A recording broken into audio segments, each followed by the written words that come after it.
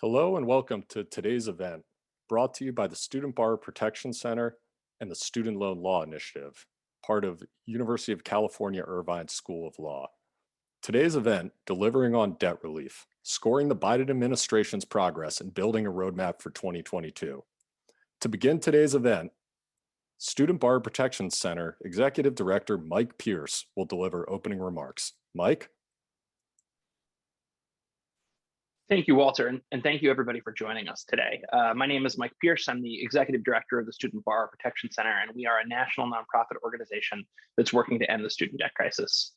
We're here today to talk about canceling student debt, to evaluate the Biden administration's progress, to try to unpack why, frankly, we've made so little progress providing broad relief to everybody, and what it means in 2022 for the student loan system to restart, and what it means for President Biden to make the decision to send student loan bills to tens of millions of people.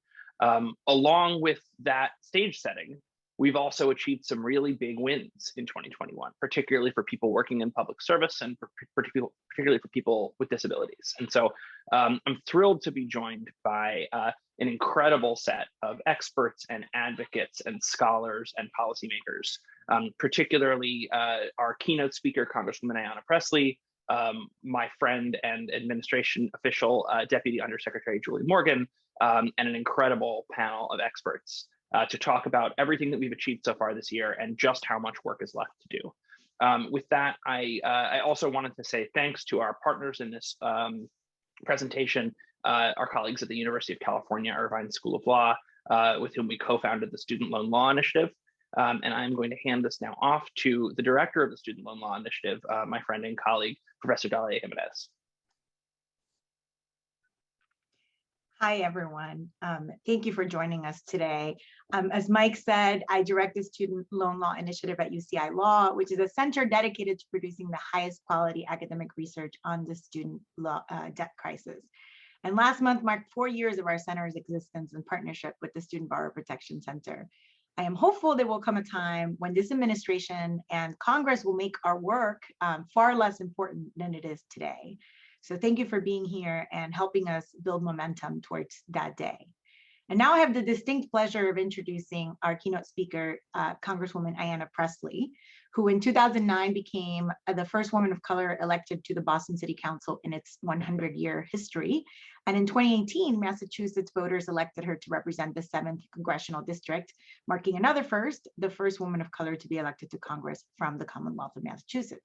She has staunchly supported student debt relief, and in particular, the lawful ability of President Biden to deliver broad-based relief through administrative action.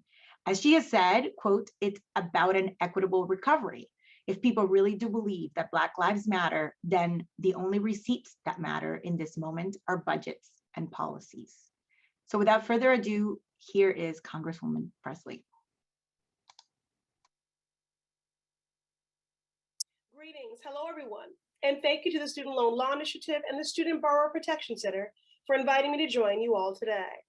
Thank you for your collective work on behalf of the millions of struggling borrowers across the nation and for helping to lead the fight for student debt cancellation as the racial and economic justice policy action that our communities deserve. We know that the more than $1.7 trillion student loan debt crises long predated this unprecedented pandemic, and that the economic crises we continue to find ourselves in requires bold and sweeping action to bring about much needed relief. Relief for the grandmothers still paying off her student loans while on Social Security and a fixed income. Relief for the new parents struggling to manage the skyrocketing costs of childcare, rent, and their student loan payments. Relief for the teacher who fears losing his teaching license because he has gone into default and can't come up with that monthly student loan payment, not even the minimum. Relief for the Black and brown folks who, due to generations of precise and intentional policy violence, have been forced to take on higher rates of student debt for just a chance at the same degree as our white peers. While the student debt crisis is a cross-generational issue, it is one that disproportionately impacts the Black community. But for too long, the narrative has excluded us and the unique ways in which this debt is exacerbating racial and economic inequities. Enough. As Black women, we bear the largest burden of this crisis as we are forced to take on higher student debt loads while navigating a persistent wage gap that allows us to earn just 61 cents to every dollar earned by a white man. This debt is literally keeping Black and brown families from starting a family or a business, buying a home, saving for retirement, and even exacerbating the mental health crises in our country. So, in this ongoing moment of a reckoning on racial injustice, in this ongoing she session, which has disproportionately impacted Black and brown families in particulars, we have an obligation and responsibility to advance policies that will repair this hurt and harm and set the groundwork for an equitable recovery, a just recovery, a recovery that leaves no worker, no family, no community behind. And yes, student debt cancellation is absolutely central to this effort. We can't truly build back better without freeing millions of the economic burdens of student loan debt. And thankfully, with the stroke of a pen, President Biden has the legal authority to do just that. Momentum is on our side. Over the last year, we have seen the Biden administration take unprecedented action to provide relief to borrowers, from extending the pause on student loan payments to canceling the debts of those scammed by for-profit colleges, disabled veterans, and more recently, those who struggled to access relief through the Public Service Loan Program. And while these efforts have supported thousands of borrowers, this makes up only a tiny fraction of the outstanding crises. We can and we must be bold in this moment. With the very same authority President Biden used to extend the pause on student loan payments, he can provide broad-based student loan debt cancellation to millions and help jumpstart our economy. In less than 2 months, student debt payments are scheduled to resume for millions of people across this country. Economists have already sounded the alarms, estimating that a resumption of payments could strip $85 billion from millions of families, resources that could be better spent in our local economies and to cover other crucial necessities. So we must move with urgency. Reverting back to the unjust pre-COVID status quo normal is unconscionable, period. So I thank you all for being in this fight alongside us. This is our fight to win. Onward.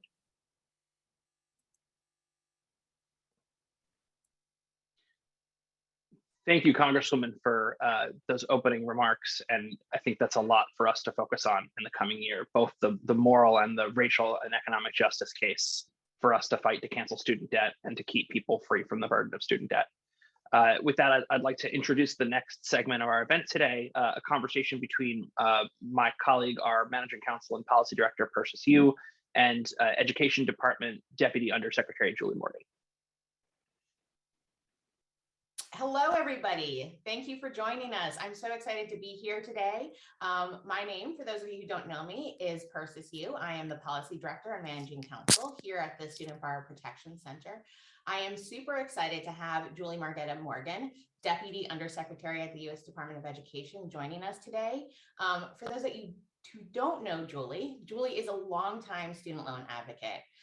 Prior to joining the administration, she led research on student loans, amongst other topics, at the Roosevelt Institute, where she wrote a number of reports, which have been making the case and have been widely cited by myself and other folks for widespread debt cancellation. She was, prior to that, an advisor to Senator Warren in her Senate office, and has also been advisor to Senator Warren's campaign for president, particularly when she announced her plans to cancel student debt. So welcome, Julie. Thank you so much for being here with us. Thank you. Thanks for having me. So Julie, just in like 2 or 3 sentences, can you just even explain to the folks who are here today, what is it that you do at the Department of Education? It's hard to explain that in a few sentences, but most of what I do is trying to support the president's agenda on higher education, and particularly on student financial aid. So, that involves working really closely with federal student aid. As you know, we have a new-ish head of federal student aid, Rich Cordray, and we have some unprecedented challenges at the department right now related to the delivery of student aid. And so I spend my day trying to make that better, make sure we're delivering the benefits to students and to borrowers that we promised we would. And can you go a little bit further into that? How would you describe this administration's approach to helping student loan borrowers? Sure, it's a good question. I think the president laid out a number of really ambitious things that he wanted to do to fix student aid, both on the kind of the front end to make it easier for students to afford college, and then on the back end to make it easier for students to deal with their debt, including a new IDR plan, fixing public service loan forgiveness, and other items. And so we are obviously working as quickly as we can to implement the president's agenda, but we also have a number, as I said, of unprecedented challenges this year, in particular, because of COVID. The entire direct loan portfolio and defaulted FFEL loans are paused. And so one of the big challenges we have right now is to make sure that we're giving borrowers a smooth transition back into repayment at the beginning of next year. And so I would say the work right now is to try to figure out how to give borrowers the best experience that we possibly can in a very challenging and unprecedented time. I'm definitely going to bookmark the return to repayment topic briefly. But so the topic of this conference is really looking at the various existing cancellation programs and how their use can be expanded to provide more relief to student loan borrowers. In this past year, we've seen the Department of Education make a number of announcements regarding cancellation under some of these programs. Can you give us a little bit more flavor about what the administration has done to date? Yeah, we've been really hard at work trying to make sure that students and borrowers get every benefit to which, they're afforded under the law. And so that has involved a lot of work trying to make the existing student loan relief and forgiveness programs work the way that Congress intended them to. And so we've made a lot of headway there. We've provided nearly $13 billion in loan cancellation for more than 640,000 people.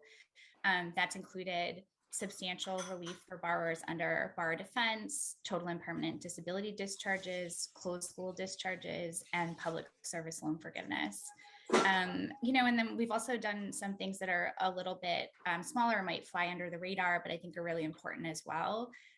For example, one of the early actions that we took was to make sure that small business owners who had defaulted on a student loan were still able to get access to the Paycheck Protection Program. So we're trying to tackle the big and small problems here, just to, like I said, to make sure that borrowers, what they sort of see on the page in terms of how they think a program ought to operate is actually what they get in practice. Got it. So in particular, I wanted to dive in a little bit more into the recent announcements about public service loan forgiveness. So in particular, we saw the greatest expansion in the eligibility criteria for PSLF, specifically, expanding it so that it can include federal family education loans and payments well made in other repayment plans. Can you walk us through a little bit more why this administration thought it was important to include those specific provisions and expand the program in that way? So I think one of the things that was really important here, and I think is emblematic of how the secretary thinks about making policy, was that we listened to what borrowers and experts told us from the outside. So we had been thinking about public service loan forgiveness from the get-go because that was a priority for the president, including on his campaign. But we, I think, didn't necessarily have, or knew that we couldn't have, a full sense of all of the issues that borrowers had without actually asking them. So we put out a request for information and got back, I think, some really amazing and heartbreaking stories from borrowers who had gotten tripped up on the little kind of traps that are embedded in the public service loan forgiveness program. And some of those are legislative, some of them are regulatory, but some of them are just the way that the program was run and the interpretations that have developed over time about how to do things. And so the waiver that we put out, which I just want to say, I think most of your audience knows this, but there's a temporary part of this that only runs through October of next year. These changes were aiming at, kind of the biggest problems that we saw as barriers for borrowers. And so, obviously one of the biggest ones, one of the ones that we all knew about was the barrier for FFEL borrowers who, if they had gotten accurate information about the program right from the get-go, all of their loan payments would have been counted towards public service loan forgiveness, but they had to do very specific things, including consolidate their loan into the direct loan program. And many people didn't find out about that until it was too late, in part because, again, just the design of the program, you don't have to raise your hand until you've spent 10 years in service. And so you have people who thought they were making credit, they were, getting credit towards something, and they were building their lives around it, only to find out that they didn't have credit. But I think some of the other smaller tricks and traps of the program were equally striking, including that, you have to make a payment that's in full and on time. And so you had many borrowers who were making what they thought was their regularly scheduled student loan payment, but because of kind of the tricks around how auto debit works, or maybe they made a slight overpayment one month, so their payment was reduced the next month, those didn't count towards PSLF. No one would tell you, no one would say, hey, you got to send us 1 penny more or 1 dime more to make this payment count. And so I think those are the kinds of things that really, they were not only heartbreaking for the individual borrower, but they really erode trust in the program overall. And so, we had the authority to make a temporary change to fix these problems for borrowers through this waiver. And that's what we did. And then we're working through the regulatory process and the legislative process to try to fix them in the long term. So I appreciate hearing you say that. As you know, income during payment is one of my one of the issues that is very near and dear to my heart. And one of the programs that, especially low income borrowers who may not be public service workers are really relying on in order to keep their loan payments affordable and try to find some kind of pathway to resolve their student loan debt, right? You mentioned that, the administration is looking at fixing IDR. Can you speak a little bit more about what the plans are for income drain payment? Well, as you know, the president put out a proposal for fixing IDR. We have a proposal that was brought forward through negotiated rulemaking, and I'll leave it at that because I know we're not supposed to talk about negotiated rulemaking, but I think there are larger conversations that we can't talk about the policy moving forward for what IDR looks like. But I think there are a lot of things that we can do to make it simpler and better for borrowers, even just at an operational level. Making sure that borrowers are able to recertify for IDR is a really big one, and obviously a well-known problem.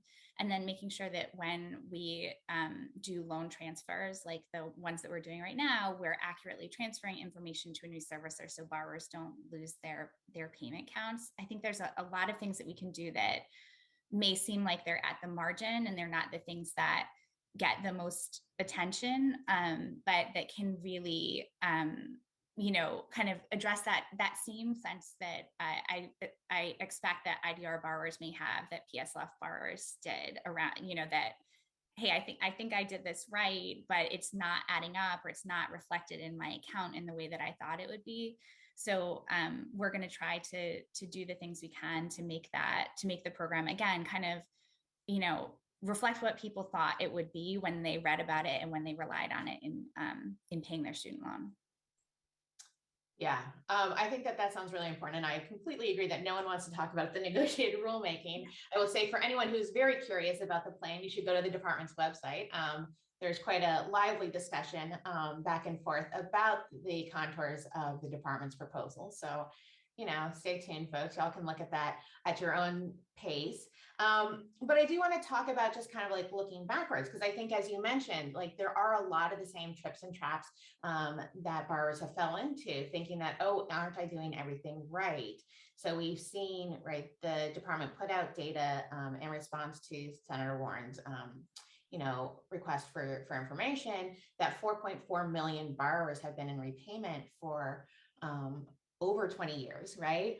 But nonetheless, we've only seen 32 borrowers, at least that's the most recent data we have available, only 32 borrowers getting cancellation under income during payment. Is there a way that the department can look backwards to see, right, like they did with public service loan forgiveness, to see if there's a way to get that time to count for the low income folks who maybe weren't engaged in public service, but have been in repayment for the last 20 years? Yeah, so I can't, first of all, I can't say whether those, I didn't bring those numbers with me, so I can't say whether that is actually reflective of what the situation is now with the program. But I do think it is well worth us taking a look back at IDR and figuring out whether there are ways that we can improve the program and not only kind of improve it in a forward-looking way, but address the situation that borrowers find themselves in.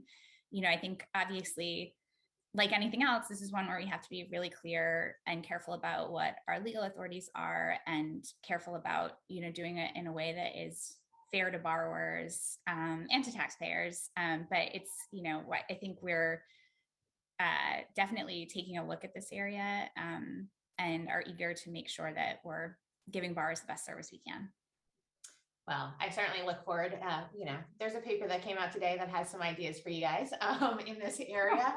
And, obviously we'll continue the conversation, but I want to go back to one other piece that you talked about, which was, that some of the servicers really weren't getting borrowers into the right plans and payments. And so I'm hoping that you can talk a little bit more about what the department is doing to address those operational issues, right? Because it's great if we can solve the policy, but if they don't get implemented to borrowers in the right way, it doesn't ultimately matter. So what is the plan in that respect? Yeah, it's a real area of concern or focus for us, because there have been issues with operationalizing programs over time.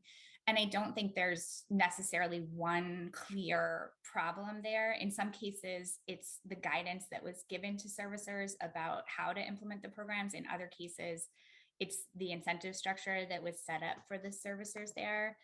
I think, I can tell you about the things that we are doing that I'm hopeful will have a strong effect here. So one is that we've renewed our partnerships with the CFPB and with state regulators and state attorneys general. I think those partnerships were underused under the prior administration. And obviously having somebody who is a former state regulator and the former head of CFPB in charge of federal student aid, this is a big priority for him. And so, earlier this year, we actually removed two big roadblocks really for states and for state regulators and state attorneys general to oversee student loan servicers. So I think that's providing a big help here. It's just clear that we're all on the same page and that we recognize that oversight of student loan servicing has many different levels. And if we use those levels together, we'll get a better result for students and borrowers. But the other thing we've done is that we've renewed the contracts for our student loan servicers, and we've negotiated additional accountability terms into those contracts. Some of them are kind of more granular around the servicer performance in ways that we think will drive better performance. So not only looking at the borrower outcomes in terms of, are they delinquent, how many days delinquent, but also looking at the actual interactions that borrowers are having with their servicers, so that we're driving servicers to have good interactions with all borrowers, no matter where they kind of fall on that spectrum of delinquency or close to default. And then we also added some terms around transparency and making sure that servicers are following federal and state law. So we're really hopeful that those things will have a strong effect on the incentives for servicers we're trying to do our best to do oversight, but also to work with the servicers where we haven't given them clear information, or where they might have identified a problem that it's on us to fix rather than on them. And I think going forward that will be a big area for us to kind of think about, what are our own practices, what are the things that we can do to provide more clear guidance to servicers about how we expect their transactions to go. That's helpful. And can you say a little bit about so if a borrower were to experience, some sort of problem with their servicing, can you say like what those things would really mean for the actual borrower walking through the experience? Someone who might be harmed or might have gone into the wrong program or paid too much. Yeah. So, our expectation is that those borrowers are getting clear information and advice from their loan servicer. But we also want to have fail-safes in that system, so that if they are not getting the service they think they deserve from their servicer, they can come to us, right? They can come directly to Bonnie Luttrell, who used to be at SVPC and is now our ombudsman at Federal Student Aid. And I think, does a fantastic job of giving every complaint the actual personal touch that you would want. I don't know how she does it. Maybe she just doesn't sleep, but so I think we have that, but we also have a strong vendor oversight program at FSA that allows us to do the kind of call listening that allows us to identify the problems that borrowers are having, so that they're not having, we want them to have the ability to sort of like self-serve there and get their complaint addressed. But we also recognize that not every borrower has the time or wherewithal to, call their state AG or call us or call CFEB. And so we really have to be looking at stuff at that kind of like customer interaction level to be able to identify the problems and fix them ourselves. So I'm 100% sure that Bonnie Luttrell does not sleep. It's been my analysis. But one of the things you mentioned is folks, becoming delinquent or in default, right? And because that really is the worst case scenario for a lot of borrowers. And as most people here know, right, like when borrowers default, the consequences are really punitive, right? So we're seeing folks getting their Social Security taken, their tax credits, their earned income tax credits, the child tax credit, these are all vulnerable, along with wage garnishments. Can you say, this is one of our anxieties as we look at the return to repayment. What is the department doing both to protect those borrowers now as we're, entering repayment again, and then just long term, right? Like we don't want student loans to be the thing that's threatening the financial security of borrowers. Yeah. So we've been really fortunate, I think, to have this period of time where there was a pause on those collections for borrowers. And I think it was, to the president's credit that we extended that pause to defaulted FFEL borrowers. And we were able to undo the defaults for FFEL borrowers that happened during the payment pause. So fortunately, defaulted borrowers have not been subject to involuntary collections during this period of time. Although, as you know, turning off some of these involuntary methods, in particular wage garnishment, is incredibly difficult. And I think we learned a lot of lessons there about what we need to do to think about wage garnishment in the future. But looking forward, I don't have anything to say today about defaulted borrowers at the end of the payment pause. We are looking at that issue really closely, and there's an ongoing policy process around it. But we want to make it easier for borrowers to get out of default. I think we share your view that there are some aspects of the default system that just seem counterintuitive if the goal is to get people to repay their loans, where we are not doing ourselves a favor and not doing borrowers a favor in the way that we think about some aspects of default collection right now. So, that's something that we're going to look at really closely and hope to identify some ways that we can make it easier for borrowers first of all, we want to make it easier for borrowers to stay out of default. We have great income-driven repayment plans, and we have other tools available to us as well, so that if a borrower falls into financial distress, they should be able to stay in active repayment. So we need to focus on that part, I think, as kind of like our first line of defense on default. But we need to recognize that if people do find themselves in trouble and they do fall into default for any number of reasons that can arise in a person's repayment history, we've got a pathway for them to get back on track. So that's the goal. Got it. Okay. And coming back to the topic of the return to repayment, I know this is a topic that is causing a lot of borrowers a lot of anxiety right now, Mm-hmm. right? Heading into the holidays and seeing inflation rates rise. So borrowers are starting to get bills, or starting to at least get statements from the Department of Education telling them that they need to start making payments soon. What can you tell borrowers who are feeling this anxiety about return to repayment, and what should they be doing if they can't afford it? And how are our servicers ready? Like we've got a lot of loans being transferred. What are they doing to get ready for this? Yeah, so FSA has been working on the return to repayment since we last extended the pause. As you know, when we extended the pause, we said this is the final extension, and FSA has been working to communicate that message directly to borrowers through email communications and through their servicers.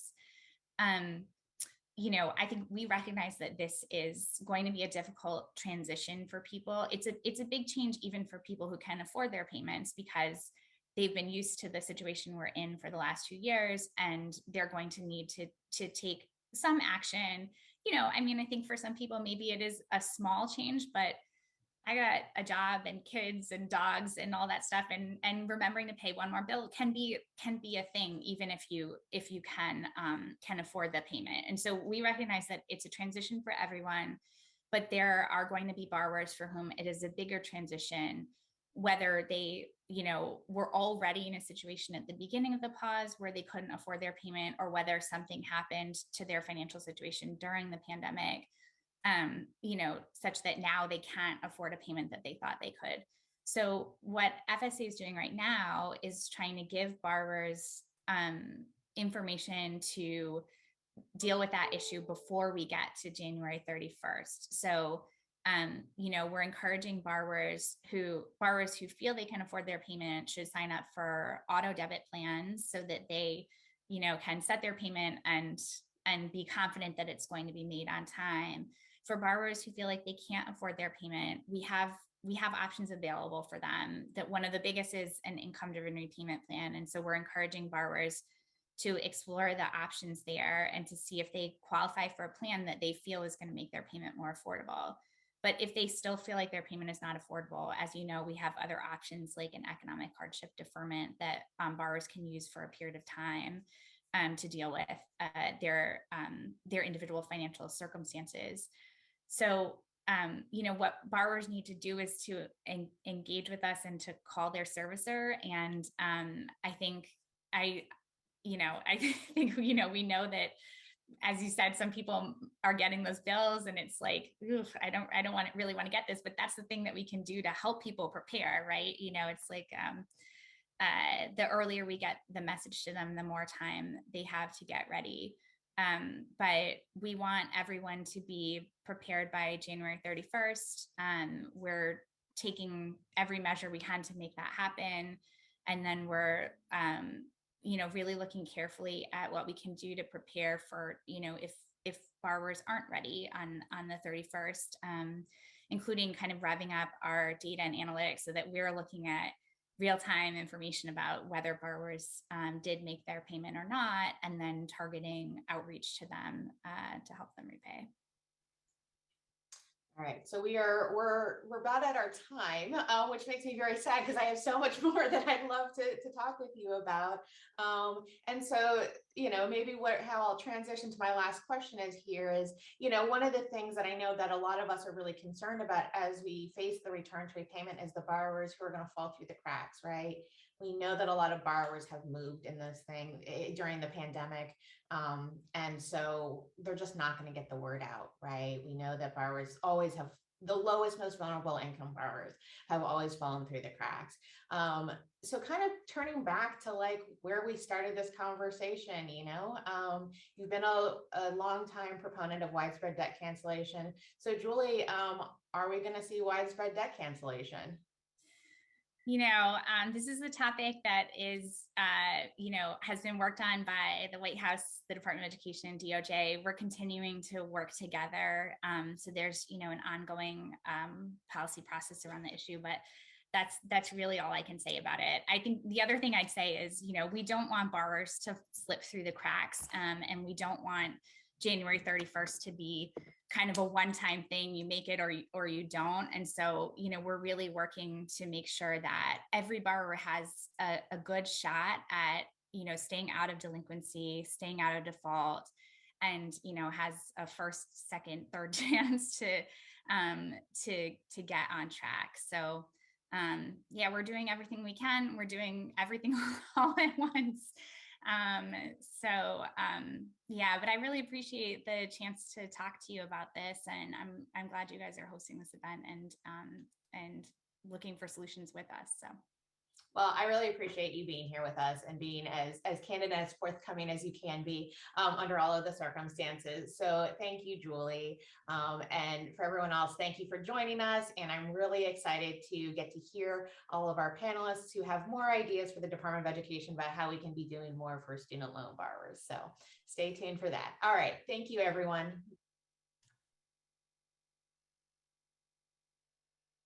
Okay. Good afternoon and good morning for those of us on the West Coast. And thank you, Virtual Persis, for that setup. And thank you to those of you in Zoom land joining us for this discussion of student loan policy environment under the Biden administration. My name is Jonathan Glader. I teach at the University of California, Berkeley School of Law, and I've written a bit about student debt. I'm going to give a very brief overview and introduction and then get straight to it with our illustrious panelists. So President Biden arrived confronting multiple challenges in the area of higher education finance in the middle of a global pandemic.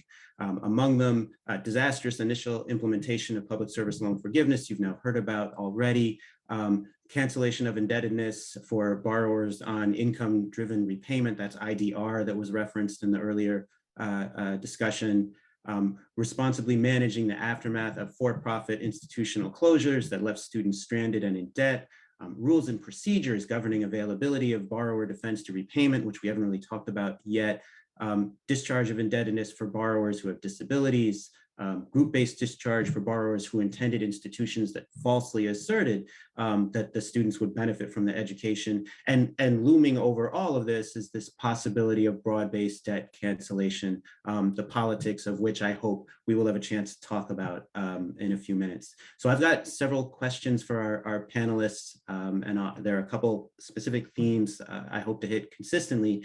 One is politics. What has enabled reforms that are beneficial to borrowers that we have seen so far, and what coalitions have formed around these issues? And of course, what obstacles remain to additional reforms that would benefit and relieve borrowers?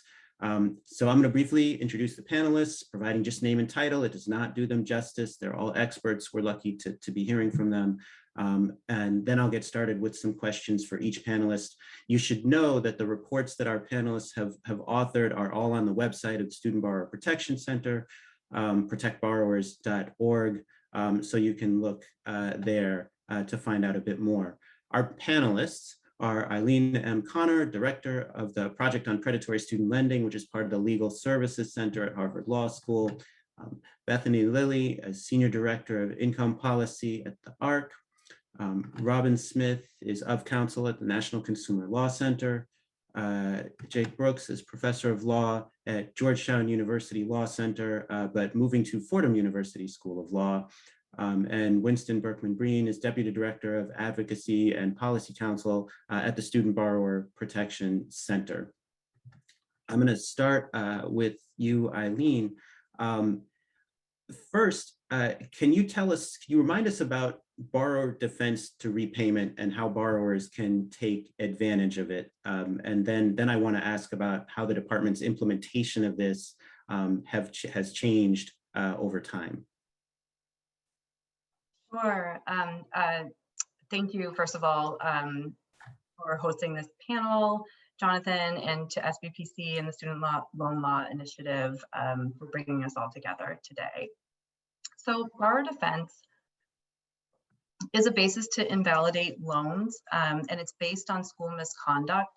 And it's a really crucial safeguard for borrowers because there are circumstances where a borrower is fundamentally cheated, but they don't really fall into any of the other buckets of discharge that we have. And I sort of like to think of borrower defense as a kind of safety valve for that. And I think one way that it's a little bit different than these other statutory discharges or repayment plans is that it's really kind of more fundamental than that. It's like if you can imagine that you bought a car and the car dealer had a lender across the street that they walked you to, and you took out a loan for the car, and then you drove the car home and it exploded.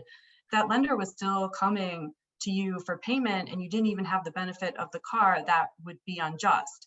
And in a circumstance where the lender is in cahoots with the car dealer, which we can all say the Department of Education is in cahoots with every single school that's operating in the federal student loan program, you shouldn't have to repay that loan. And so that's basically my take on what borrower defense is.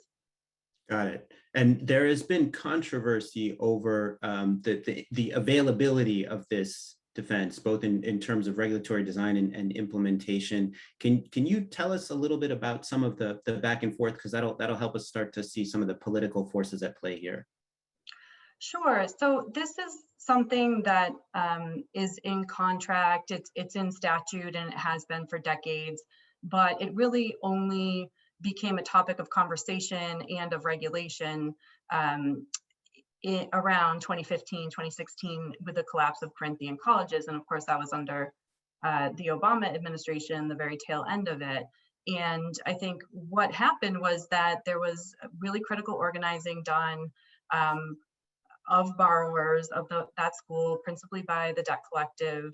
And they started to pressure the Department of Education, and they started to assert their rights to borrower defense, which are in their loan contracts, but there really wasn't a process that existed for it. And so it triggered a few things from the department, an immediate response to the claims of Corinthian borrowers, and then a rulemaking. And then the election happened, and there was a whole lot left undone. And then under the Trump administration, when Betsy DeVos became the Secretary of Education, she just immediately started unwinding all of the work that had been done, sort of changed the rules so that people who went to Corinthian, who the Obama administration had said should have their loans canceled, they would only get 15, 30% canceled. And then she undertook a negotiated rulemaking to rewrite the rules of the game going forward. And there's a lot more to say about what she did, but just in a nutshell.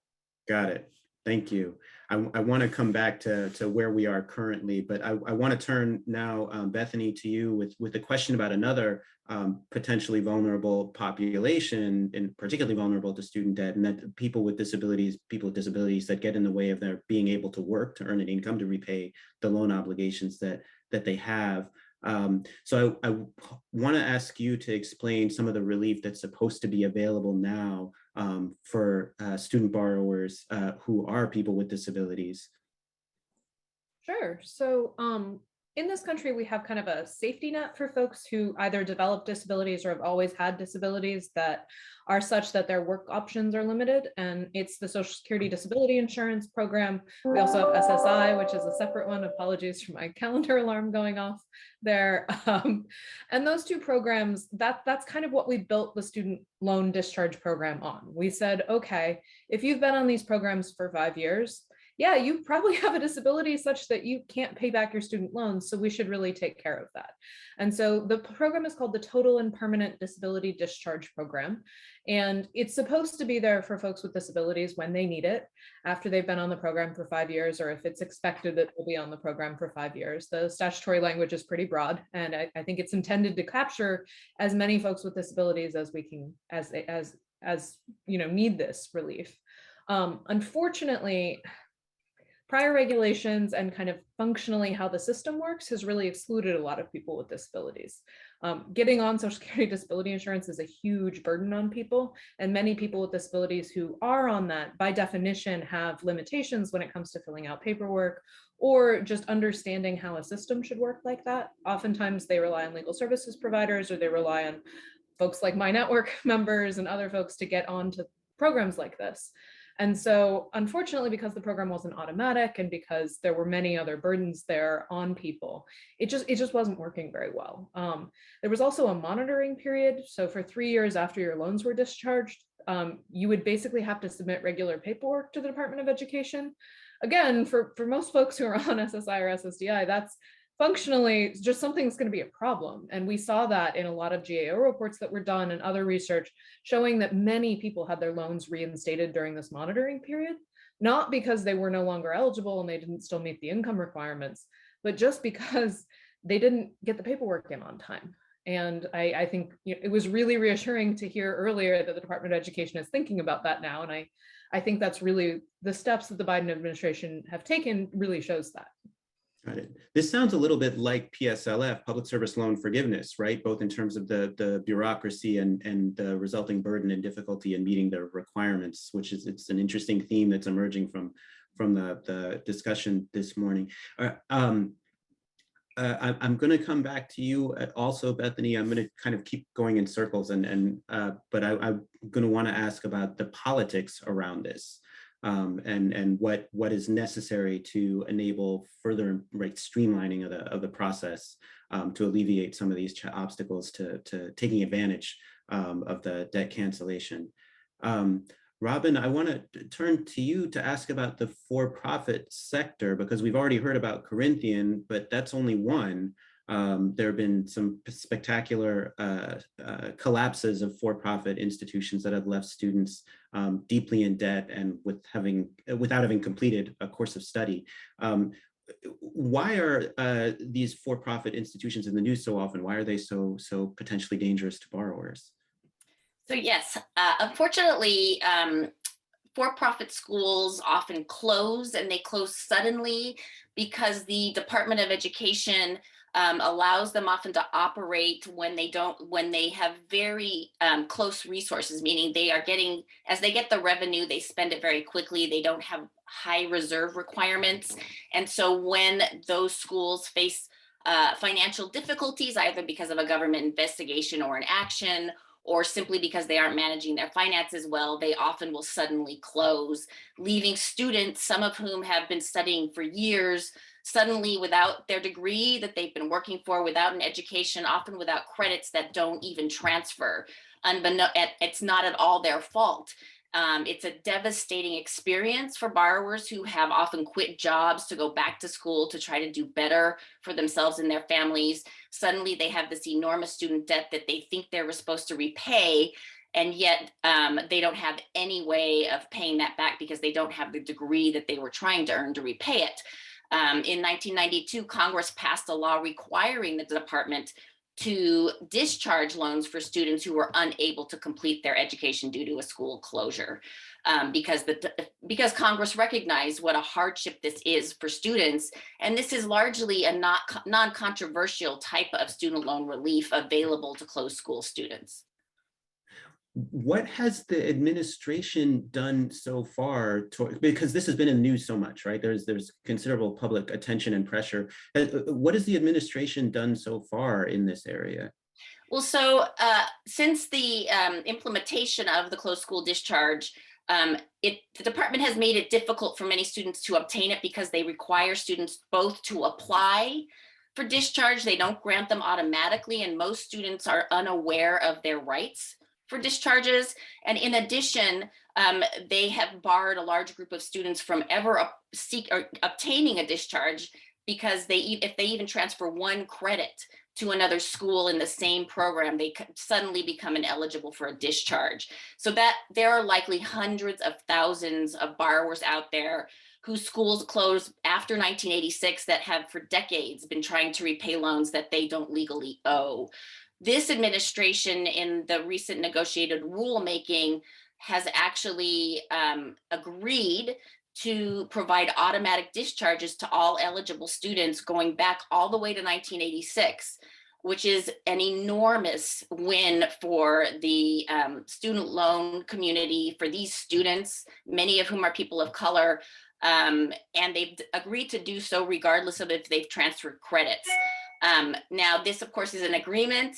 It is not a final regulation, so we will have to hold the department's feet to the fire to make sure that they actually enact a final reg providing for this and that they implement it. So that's going to be what we need to do in the future. But this is one of the few bright spots, I think, in this area of getting relief to students who desperately need it.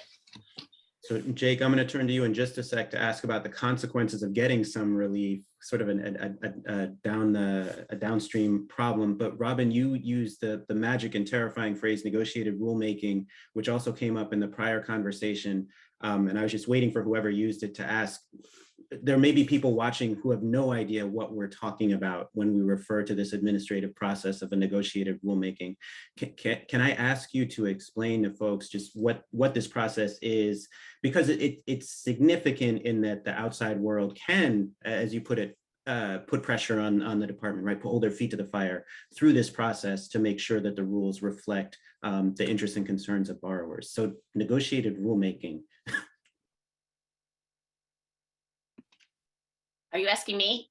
Yes. Oh, okay, sorry, I wasn't sure. Yeah. No, because I was waiting for whoever said it first. So go ahead, Rob. So the negotiated rulemaking is under the Higher Education Act, which is the financial aid law. The Department of Education cannot enact regulations in most circumstances without convening a committee of stakeholders to negotiate those regulations. And so every time the department wants to consider regulations, it has to convene a committee. And the negotiators are all kinds of people that represent schools, they represent lenders, they represent borrowers. They all come to the table to try to figure out what are the best regulations for the department to promulgate. Got it. Which means it's possible to provide input to try to influence what the department actually does. Correct. Okay. Thank you so much. Jake, so there's potential tax consequences to forgiveness of debt generally. So you're dealing with another implication of these various forms of relief for borrowers. Can you just walk us through what are the tax consequences of debt cancellation? I guess I'm thinking specifically of income-driven repayment, which Persis talked to Julie Morgan about, but perhaps in other contexts involving student debt as well. Yeah, thanks. So this is one of these sort of secondary issues, like if there is cancellation, what other consequences might there be? And so the background tax law here is that in general, cancellation of indebtedness creates income for tax purposes. It's as if you're given the cash equivalent of the cancellation. If that rule applies to student debt, then a student who has, say, $50,000 of debt canceled would be treated as if they had an additional $50,000 of taxable income, which means that they might owe maybe a quarter of that right back to the government, but to the IRS instead of ed, and immediately instead of spread over time.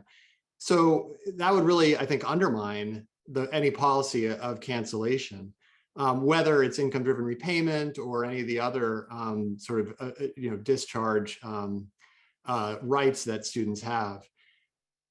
Now, there's also a lot of exclusions and exceptions in the tax law for different types of debt cancellation and excluding it from taxable income. And for student debt, there was, until this year at least, a very confusing patchwork of exceptions that led most people, including the IRS, to think that some kinds of student debt cancellation, including any debt canceled through settlement and compromise, for example, which would be the theory behind a one-time sort of relief payment that people are advocating for now, and also for income-driven repayment programs, that debt would likely be taxable as the IRS was interpreting it. So we had, potentially very harsh treatment of some borrowers, and also it's a bit of an arbitrary and confusing distinctions between who would be hit with the tax bill and who wouldn't be. Got it. And I thought, and I think you alluded to this, but I want to ask you to clarify a little more. I thought Congress had fixed this, where there was an explicit attempt to address this problem. Why has it fallen short? Well, so they did, yes. Earlier this year, the Congress passed a new section of the tax code to say that any student debt canceled between now and 2025 is not taxable. So in the near term, yes, all is well. But I'm concerned that this actually might exacerbate longer term problems here, because I think it's important background here. I think it's important to understand that, in my view, Congress did not need to pass this amendment, that existing tax law already allowed for complete non-taxation of student debt. I think the reasons are, but the reasons for that are, I think, a little bit obscure and layered over by decades of kind of error and misinterpretation, basically, by the IRS and others. I'm not sure it's worth going through the whole legal argument here. You can check out the policy briefs that I wrote for the program if you're interested. But the key takeaway was that a legislative fix was not actually needed, and the administration had sufficient legal authority to rule on this without Congress acting. So my concerns are, yes, we have a good, any debt cancellation over the next few years is free of taxation, but what we've also done, though, is create another layer of over that sort of original, I think, correct interpretation of the law that I think would make it even harder for the IRS or for the administration generally to do something more without further legislative action. So this sort of hardens the interpretation, I think the mistaken interpretation, that only a change in the tax code could provide this relief. Now, Congress has acted, that's great, but my second concern is that this is only a temporary provision. It only lasts for a couple of years. Now, maybe Congress will extend it permanently, but who knows? And I, for one, am not willing to take bets on Congress always doing the right thing. Temporary legislation like this has become increasingly common in the tax law for sort of political reasons and also budget reconciliation reasons. It's become increasingly common, and it's a big problem. It's too bad to see that bad sort of behavior extend now into the student debt space as well. And maybe they'll make it permanent, but if not, we're just creating even more uncertainty for people who might not see their debt canceled for many years from now. For people who are just entering an income-driven repayment program, they might not see the debt cancellation for 20 years. This provision expires in 2025. There's no certainty for what's going to happen with them. Right. So I would just add my quick third concern, though, which is that if the temporary nature of this was done to push Congress to do something in the near term with debt cancellation, that hasn't happened.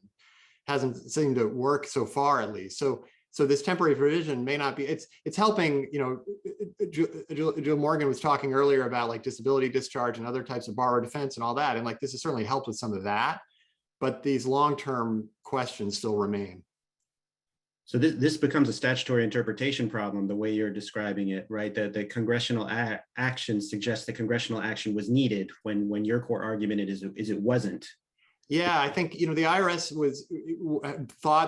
had always thought that congressional action was needed, and some of us were arguing that was mistaken, but Congress has essentially told them, yes, we do need to act, but because we did so in this case. And so it's going to be easier for the IRS to say, look, we're going to need Congress to do that again to do something. We're not willing to sort of stick our neck out here. And so this is now fully, I think, in Congress's court. Now, they've done it before, and I don't see there's really any reason for them not to extend it. It's not like this is a big revenue loss or anything. This is not a big amount of money that's being lost by excluding student debt cancellation from taxation. But it's Congress. And on that note, Winston, I want to turn to you to ask about the kind of overall critical perspective you offer in your report on the Protect Borrowers website. Three of the programs that you were expressed concerns about are, again, public service loan forgiveness, the closed school discharge, and discharge TPD, right? Total permanent disability discharge. What needs to happen to make these programs more accessible to borrowers? What are the common hurdles that you see that get in the way of borrowers taking advantage of these programs that certainly sound like they aim to provide relief? Yeah, thank you. And I want to say I'll sort of be speaking on behalf of my co-author, Claire Torchiana, and I in sort of relaying the policy brief that we have up on the website. So those three examples are sort of illustrative examples of the various discharge programs and the barriers of entry for borrowers who Congress intended to help through these programs. So maybe taking a step back, under the higher education financing program under Title IV of the Higher Education Act, there are statutory provisions for people experiencing certain circumstances to have their debts forgiven. So this is a slightly different conversation, but related to the concept of broader debt cancellation, sort of categorical debt cancellation. There are programs, as Bethany mentioned, for people who experience total and permanent disabilities. As Eileen mentioned, for people whose schools ripped them off or lied to them. And as Robin mentioned, for people whose schools closed and the rug was ripped out from under them. Congress recognized that in certain instances, folks' federal student loans should be forgiven. So the problem, and Jonathan, if I can sort of flip your question a little bit, I think we could have a whole other session on what are the barriers for individuals to overcome to make sure they get the relief that Congress intended for them to have. What my co-author and I are saying is, well, I think what we should do is put the onus on the Department of Education to make these programs work. So Robin already mentioned and gave a great explanation of negotiated rulemaking, and they result in regulations, right? Well, what do regulations really mean? Regulations are just the contours and the rules for these programs, for these statutory programs. You put out regulations for how the borrower defense should work, for how the total and permanent disability discharge should work, for how closed school discharge should work. For example, there are other ones for how income-driven repayment forgiveness and payment setting should work. You have regulations that say that. And to date, those regulations have excluded people who clearly in the spirit of the law were meant to be covered by these protections, but the regulations weren't meeting them where they were and weren't recognizing the reality of what it means to go through this trauma that Congress wanted to right by forgiving the loans. So what we are, and to date, unfortunately, in that negotiated rulemaking process, the Department of Education, has taken a very sort of myopic, narrow-minded view of the tools they can use to fix each of these programs. They say, all right, there's a barrier for TPD discharge. So we'll look at the very small toolkit that we think belongs with TPD discharge or closed school discharge, and we'll try to tinker at the edges of that. Some of that tinkering has been phenomenally life-changing, right? Like Bethany, I think, mentioned getting rid of a 3-year look-back program. There have been real accomplishments through that process, but it's still very narrow-minded. So what Claire and I argue in our paper is that there is broader authority here that Ed can bring to bear. There is a huge movement, and frankly, architects of that movement are on this call and elsewhere for broad debt cancellation. Practitioners and academics that say, in the law, in the Higher Education Act, explicitly, the Secretary of Education has the ability to compromise or modify, settle and compromise. Jake just referred to it as well, which basically means they can write down any of these debts. And it's traditionally been used as a sort of one-off when someone has the wherewithal to sort of make a settlement offer, frankly, for their personal loans. What we're arguing is nothing in the law prevents Ed, Department of Education, from taking that authority and piping it into these specific programs to make those programs work. There are cracks in the program, and when people fall through the cracks, use that authority as a belt and suspenders to come in and say, clearly Congress meant for you to have your loans discharged. You're going through this thing. The program rules aren't really working for you. Let's use this other authority to forgive your debts. And what we're calling on Ed to do is to recognize that it has that authority, recognize that it can use them in tandem with its specific programs, and then routinize that so that folks can take advantage of it. Got it. So you're calling for a streamlining of accessibility to this relief that you're arguing the department already has authority to provide. Yeah, I think the practical output is a streamlining, but the real call to action is for ed to choose to want to use this, right? We just came out of negotiated rulemaking, and the number of times, maybe this is a segue into your political question, and I don't want to get ahead of us, but the number of times we heard the Department of Education say, we would love to do this, we don't have the authority. Arguably, they sort of have the authority to do anything because Congress already gave them to them. It's in the Higher Education Act. This isn't a question of, oh, well, what, you know, to Jake's point to the IRS, does Congress have to change the rules? Congress has already extended this authority to ed. They're just operating out of two separate toolkits. And we're saying, Department of Education, if you really want to do this, combine your toolkits. So that is a perfect segue to the question I want to ask, really of everyone. And I'm happy to go back to the beginning and turn to you, Eileen. But if I'm not wedded to that, I think the more of a conversation this is, the better. About the political circumstances that have enabled the administration to take the steps that they already have, right? You know, we've already heard about public service loan forgiveness in particular, and also. I will then ask about the political possibilities, the political barriers to further reform, both in these more precisely defined areas that each of you has talked about, but also in the broad one that Winston has now alluded to, right, of broad-based cancellation. So let me start with the first question. What has enabled the reforms we've seen so far? Eileen, it's yours if you want it, or anyone. Yeah, so specific to borrower defense, like we have seen under this administration, and it's almost first year, they have pulled back some sub-regulatory policies, but specifically around the amount of cancellation that a borrower will get upon having a successful borrower defense. They have boosted the number of schools whose former students have received a borrower defense cancellation from 3 to 6, so that's progress. They've recognized some variants of factual bases for granting borrower defense. They have claimed a 1.5 billion in cancellation and over 90,000 people, but the truth is that 70,000 of those people were already earmarked for cancellation under the Obama administration. So what they did was make the cancellation complete or follow through on what had already been decided.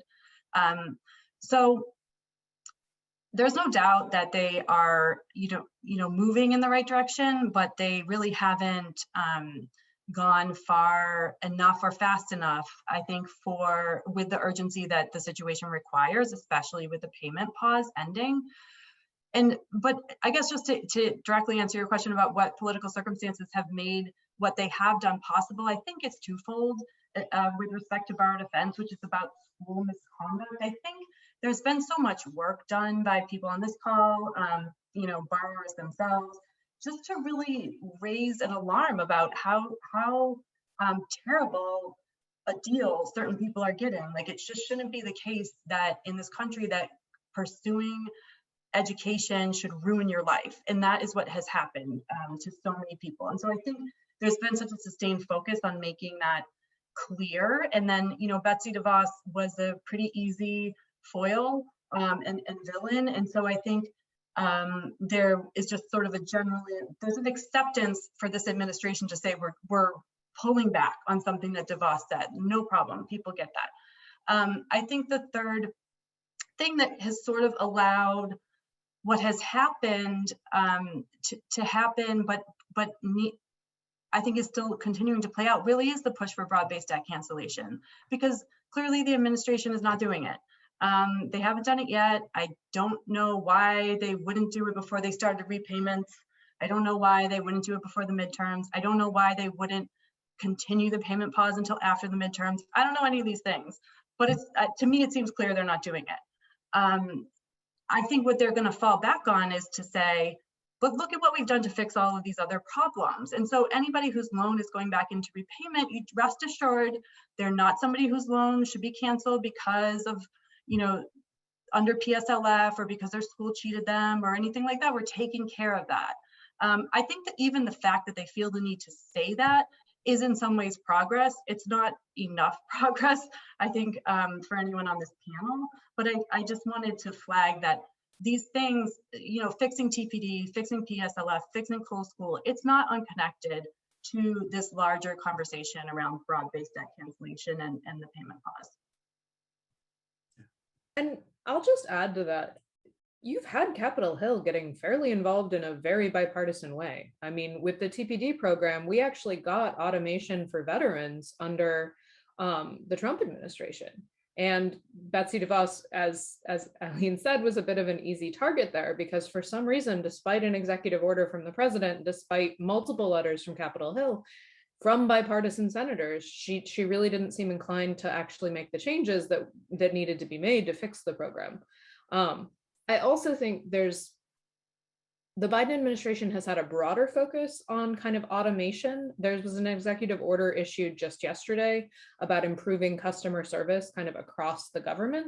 And it really struck me earlier when Persis was speaking about kind of that lack of faith we have in the system working in any way, shape, or form now. And like, as a borrower on public service loan forgiveness, yeah, I don't have a ton of faith that I'm doing the right thing or that I'm going to end up in the right place.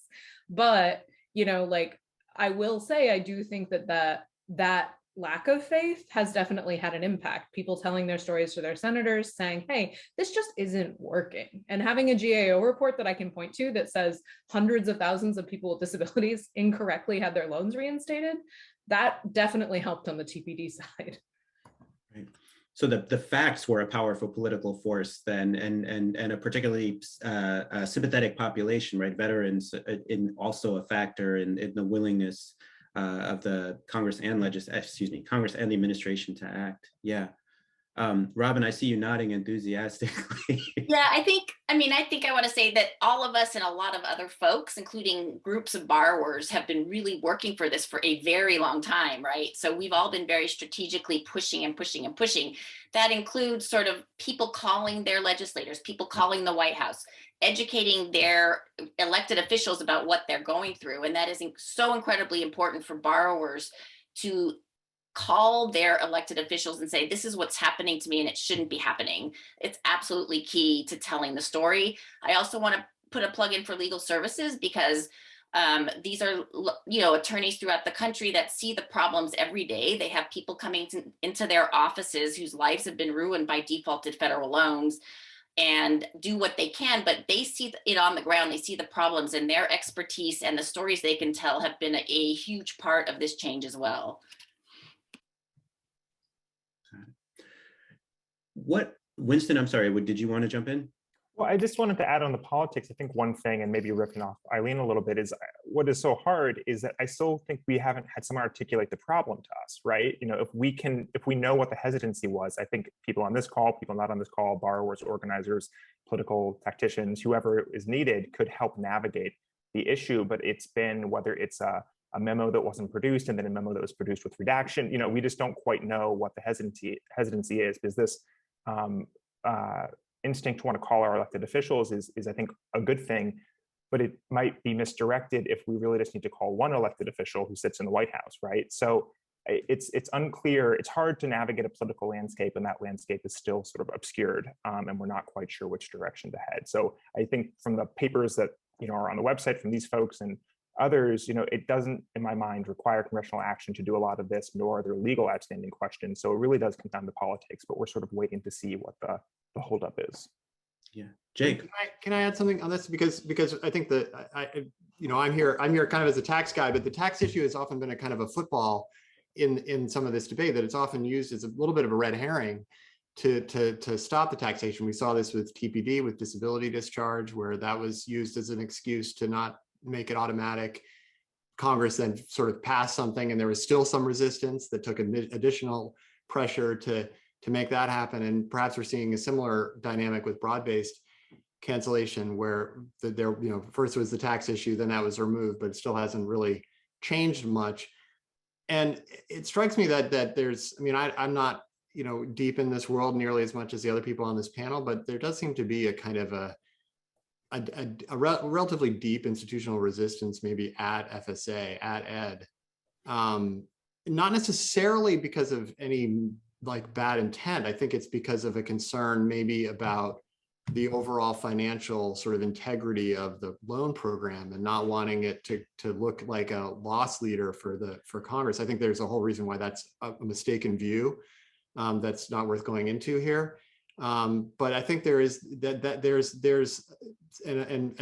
people who are at Ed should maybe can speak to this.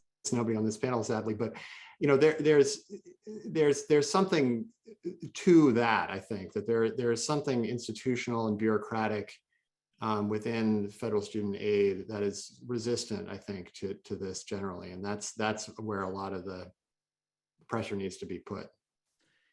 So I want to throw out to each of the panelists both a narrow and a broad question. Narrow question is what, especially in light of the potential institutional inertia that Jake's referring to, what should happen? And secondly, so this could be narrow or broad, right, with respect to specific programs like PSLF going forward, for example. But also in terms of cancellation, the broader conversation, what would enable that? I mean, the closer to the midterms, right, the more uncertain the policy environment is, and I'll ask about that in a moment. But first, my question is, what would you like to see change, narrow and broad? So can I actually just make a comment about what I think is going to actually change that dynamic, which is the fact that the servicer transfer is going to be an absolute disaster. Just having gone through that before, but what I would like to see change, I'd like the TPD pieces of the new regulation to be finalized. I would like, I mean, we're very supportive of them. We reached consensus on them. I'm really excited about them, and I think that will help. There is an open question about whether or not the Department of Education can automate the changes that they're making to the TPD eligibility section. That's the same automation question we have about IDR. That's the same automation question we have about public service loan forgiveness. All of these programs need to be as automated as Ed can make them. And that, at least for me, is, I think, one of the biggest changes we can make. There was a question in the chat about somebody with a partial disability. That person's probably not going to be on TPD. They're going to be relying on IDR or public service loan forgiveness.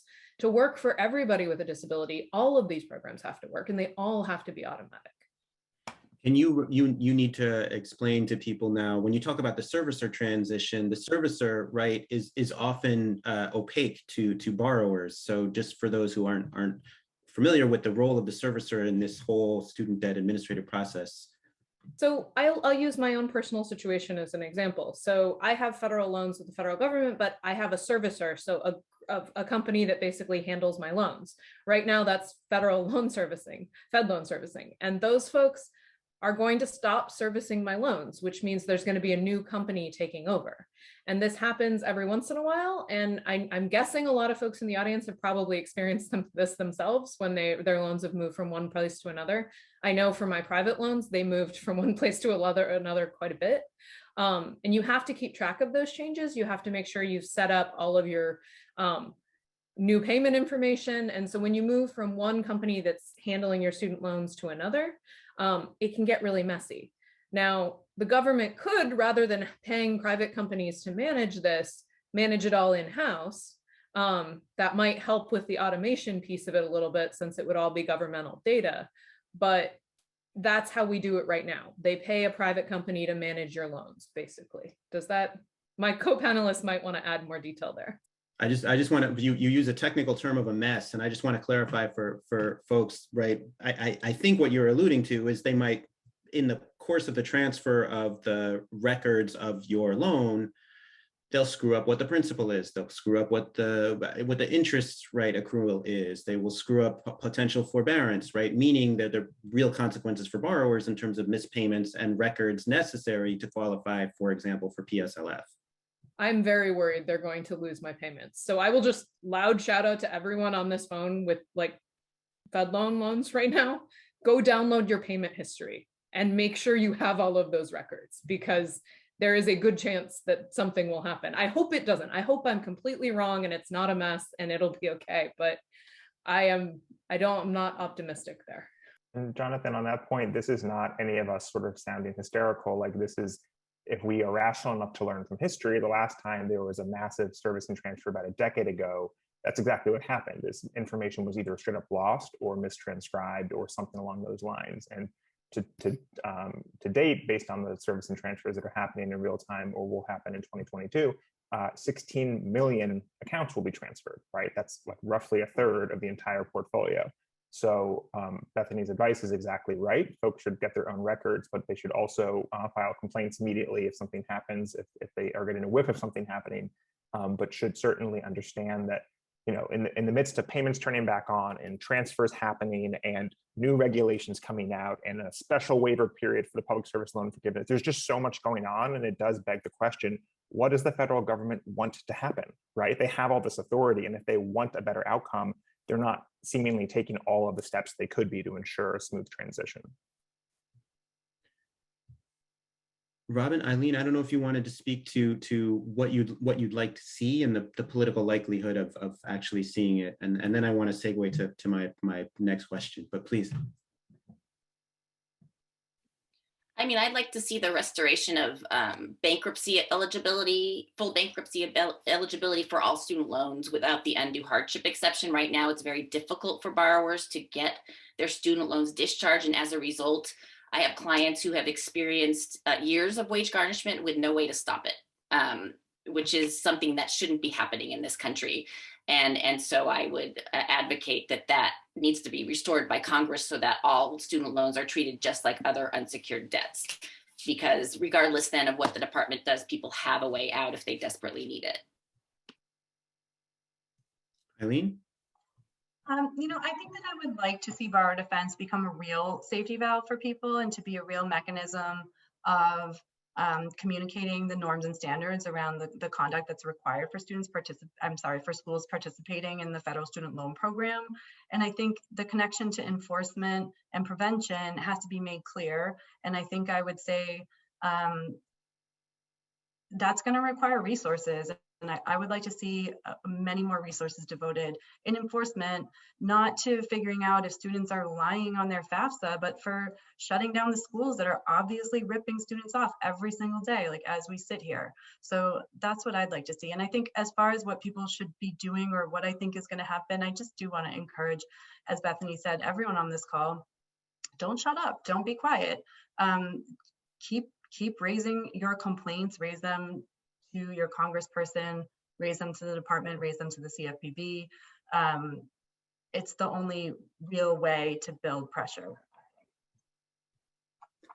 So now I'm going to ask my real downer of a question, and I'm just going to throw it out there for the full panel, because we've already talked about the midterm elections looming, and how sympathetic an incoming Congress might be on these issues to borrowers.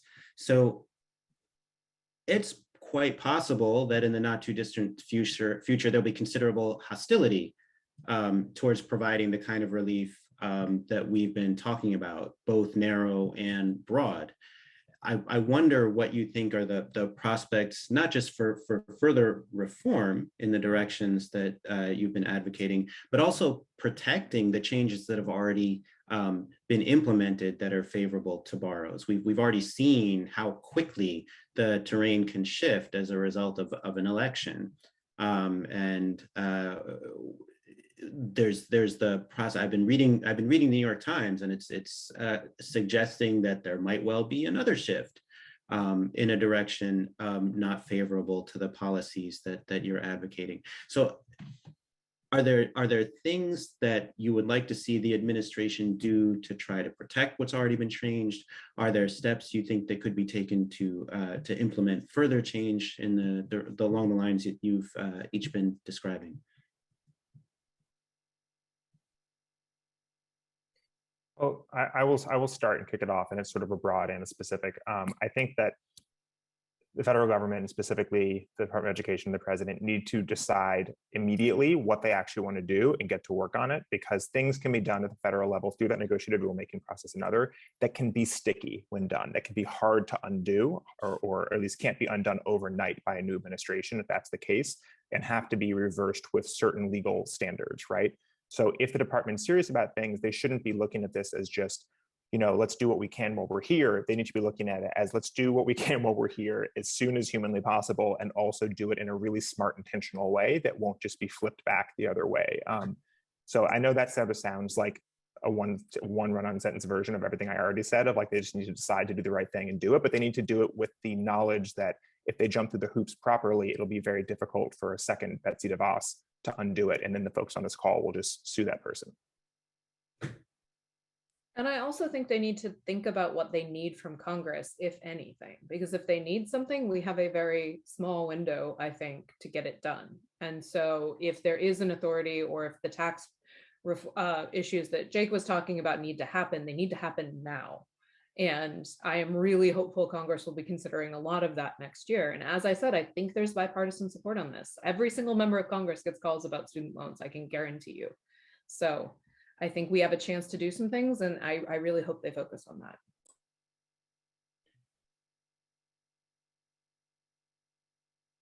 Robin or Eileen?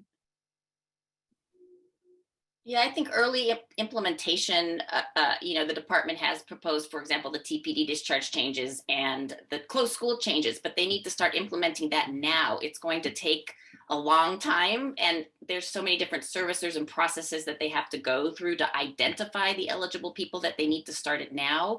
Otherwise, you end up in a situation like what happened with the Obama administration, where at the very end, they started implementing the Corinthian discharges, and then those got stopped. Like within a few months when a new administration came in. So that's going to be a key component of what they do. Just to add something that I think, not a tax issue this time, but that came up earlier in Persis' discussion, but and reiterating what you talked about with Julie, that fixing the IDR system, I think is really important. It's this confusing patchwork of programs, especially on the interest accumulation and capitalization, which I think is something most borrowers don't realize, how big the differences are between the different programs and what a big difference that can make. Not to mention all the problems that Persis alluded to about whether it's actually working for people. So I hope that that process gets, and that's something that can be done clearly through administrative action and needs to soon. And Eileen? I guess I don't necessarily have an answer, but to me, what I perceive to be the stakes, they need to fix this, and they need to fix it soon, or President Ivanka will be fixing it. I don't know how to follow that. But fortunately, it looks like we're at time. So I want to thank our panelists for a sobering conversation we've had about prospects for further reform in favor of borrowers. Special shout out to Mark Hulsman, Student Borrower Protection Center Fellow, who helped put this all together. Thank you to our those of you in the audience for your continued engagement. I see all the questions and comments in the chat on this critical policy set of challenges as we stagger further into the new millennium. Thank you all, and stay safe and well.